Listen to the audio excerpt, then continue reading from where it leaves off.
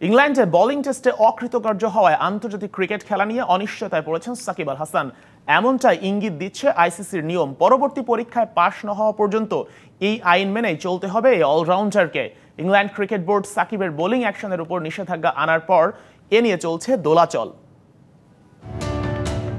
অভাগা যেদিকে চায় সাগর শুকিয়ে যায়, এই কথাটা সাকিব আল হাসানের সাথে একেবারেই যথার্থ।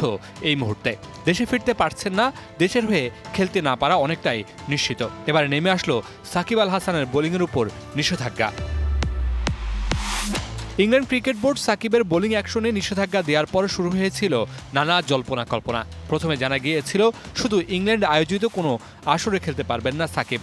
তবে আইসিসির অবৈধ বোলিং অ্যাকশন সংক্রান্ত 11.1 ও 3 অনুচ্ছেদে বলা হয়েছে, আইসিসির অন্তর্ভুক্ত কোনো ক্রিকেট ফেডারেশন যদি একজন বোলারকে তাদের নিজস্ব নীতিমালার অধীনে ঘরোয়া ক্রিকেটে বোলিং নিষিদ্ধ করে এবং সেই নিষেধাজ্ঞা যদি স্বীকৃত পরীক্ষাগারে মানসম্মত বিশ্লেষণী বিধি অনুযায়ী করা হয়, তাহলে সেই নিষেধাজ্ঞা আইসিসি আমলে নেবে এবং আন্তর্জাতিক ক্রিকেটে আরোপ করবে।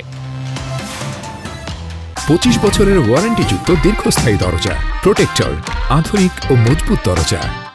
আবারও বোলিংয়ে ফিরতে হলে সাকিব আল হাসানকে যে কোনো সময় বোলিং অ্যাকশনের পরীক্ষা দিতে হবে, যেটা আইসিসি স্বীকৃত পরীক্ষাগারে হতে হবে।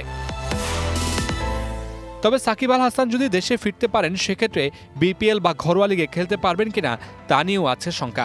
তবে শোনা গেছে সাকিব আল হাসানের পক্ষে আইসিসির কাছে চিঠি দিয়েছে Bangladesh cricket board. Mamunur Rashid, DBC news, Dhaka.